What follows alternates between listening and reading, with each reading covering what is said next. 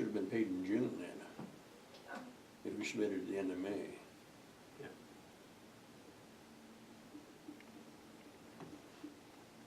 I wonder if it was, I wonder if that was lost or something. I don't remember seeing it with anything with a May date on You can check with Michelle. I date when I sign, and it was just signed last week by me because we had finally authorized that position. it. Copy of it right there. So what happened was, after my preliminary budget meeting with the commission, I did get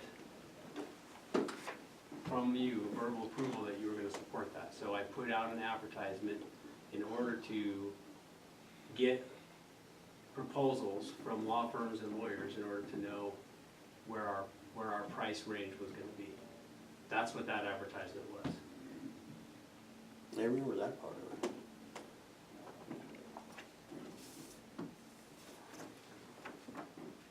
I'll tell you what my concern is we hadn't authorized the position, and so it was a surprise that you were advertising for the position. When I authorized you to go ahead and do the investigation, what I expected is what we've seen other departments do, and that is pick up the phone and call. What do you pay for such and such? What can we expect for this position? There's a lot of resources out there that are free that you could actually get via email or phone calls. So based on the fact that we hadn't authorized the position, it was hard to authorize money, $100, towards the advertising of an unauthorized position. So once the position was authorized last week, I felt comfortable signing the claim. So where has it been in the meantime? It's been in the accounting office. So, It should have been paid. That's all there is to it. And as the chairman of the commission, you certainly could have brought it to a commission meeting at any time. We could have had this same I didn't know discussion anything then. about it. That's That's no all right. I'm excuse, glad you that's your brought that up, job. Cory. It's just another budget.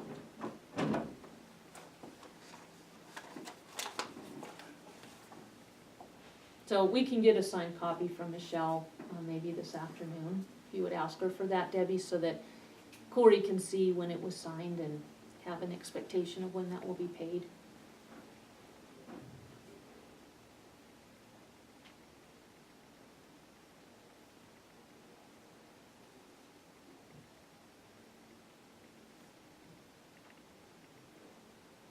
so in the future, I would ask that you actually communicate with me on that. And if an individual has a problem with it, that's fine, but if, it shouldn't stop it from going to a vote to the commission.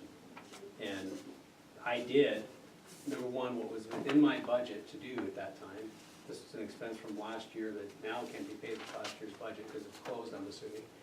And I was doing the diligence that was needed to get estimates from law firms. There's a difference between calling one or two lawyers that I know versus what's gonna be a broad range of solicitation from, I was only, of the solicitations or the responses that we got, there were only two that I expected because they had previously expressed interest. I got several others from people I didn't know about, and there's a range associated with that. That's the value of doing an advertisement like that, so you can get actual, what's essentially, well, they're proposals for how to do the job. Regardless of that, I mean, if I'm going forward based on you verbally telling me you're gonna approve it, just because you don't like my method, I've got the money to pay for it, and I'm doing what I believe is the best method, you shouldn't hold that up for over 60 days. Especially without communicating with me. Don't be looking at me, I didn't hold it up. It's been in the accounting office with all the other claims for the past couple of months. If, as Franklin said, he wanted to pay it prior to the authorization, he could have brought that forward for discussion. He chose not to.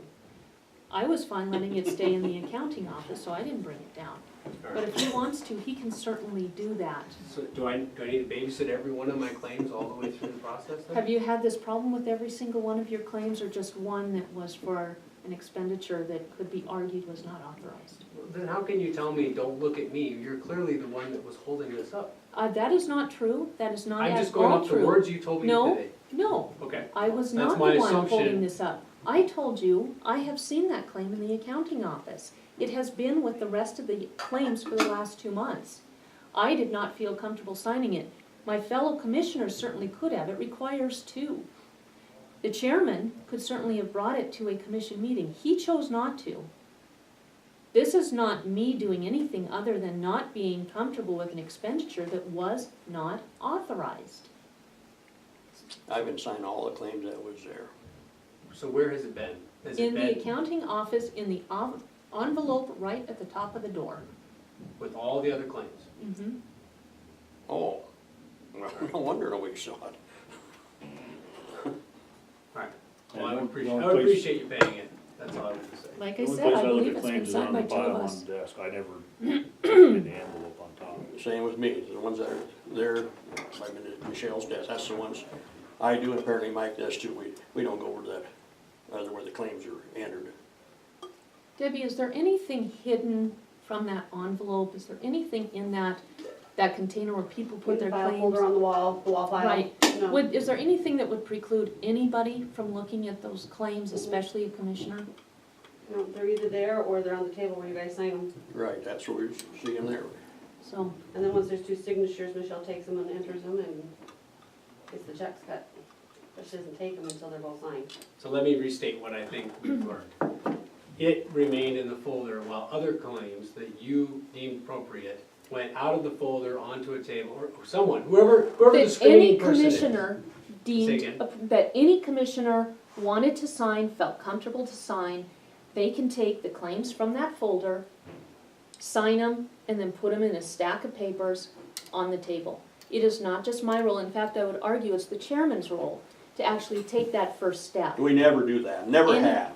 Okay, so Anybody can do that, so whatever, any commissioner can remove the claims from the file folder, sign them, and put them on the table, and it takes 2. okay. I would just ask that then go on a going forward basis, that if there is a problem with my claim or anybody else, I would say, please communicate with them. I know I have inquired on this one, this is probably the 3rd time that I've inquired on this one about it being late. And by that I mean emails to all 3 of you plus to Debbie. So, it's a small amount of money, the point is it's an unnecessary frustration. And I would just ask that, just examine your process. And particularly let me know, if someone has an objection to something that I'm requesting payment on, I would just ask that you let me know. So I'm not left wondering and then getting a surprise from the vendor, hey, why hasn't this been paid yet? And I'm thinking, wow, I have no idea why it hasn't been paid. Thank you. Thanks, Corey. I don't blame you a bit for being upset. Mike, you have Chairman, something? after looking at those ambulance bids, there was an alternative bid from Braun, an alternative bid proposal with this dollar amount here, $175,299. I'll leave this with Ann. Here's their full bid price, and here's the bid price for the other. I just wanted to bring that to your Are these attention. copies that you made out of the book? Yes, Okay, those are for you. okay, very good. Just want to bring that to your attention. Thank you, Mike. Okay, thanks. What was, do you know what any of the differences was between the 175 and the 200? 204, no, they're gonna study that. They're gonna look The at it ambulance crew's now. gonna study for that. I just wanted it entered in the record. Yeah. So that's the outfit that originally bid 207, Correct. That's correct, yes. and now they're bidding. The alternative bid, it's an alternative bid, 175,229, 229. yes. So what that would have is probably some lesser Right. I couldn't, equipment or storage options or something along those lines. also, we have a cutoff date with the new transitions of the 2017 Ford vehicles have to be ordered by actually the 22nd. And there's a Ford Motor Company is transitioning into the 2018. We requested bids for the 2018 or current model year in parentheses. We didn't know. And these are all based upon the Broadwater County government's fleet plan number. We have a fleet With Ford Motor Company nationwide, we have a fleet, purchasing discounts, what that is.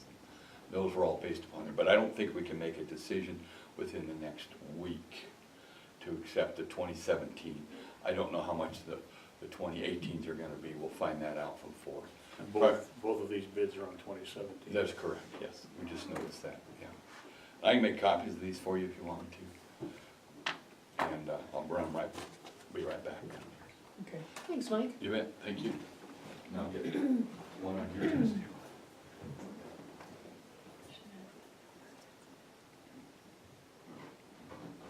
So before we adjourn, we do have another claim to discuss about not an elected official, but an employee. So I will ask for a closed door for that.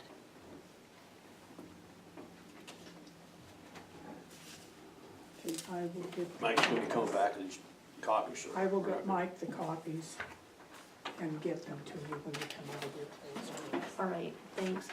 Hey Debbie, since this is involving a claim, I think you know which one, would you just stay for a minute so that we can make sure you're informed?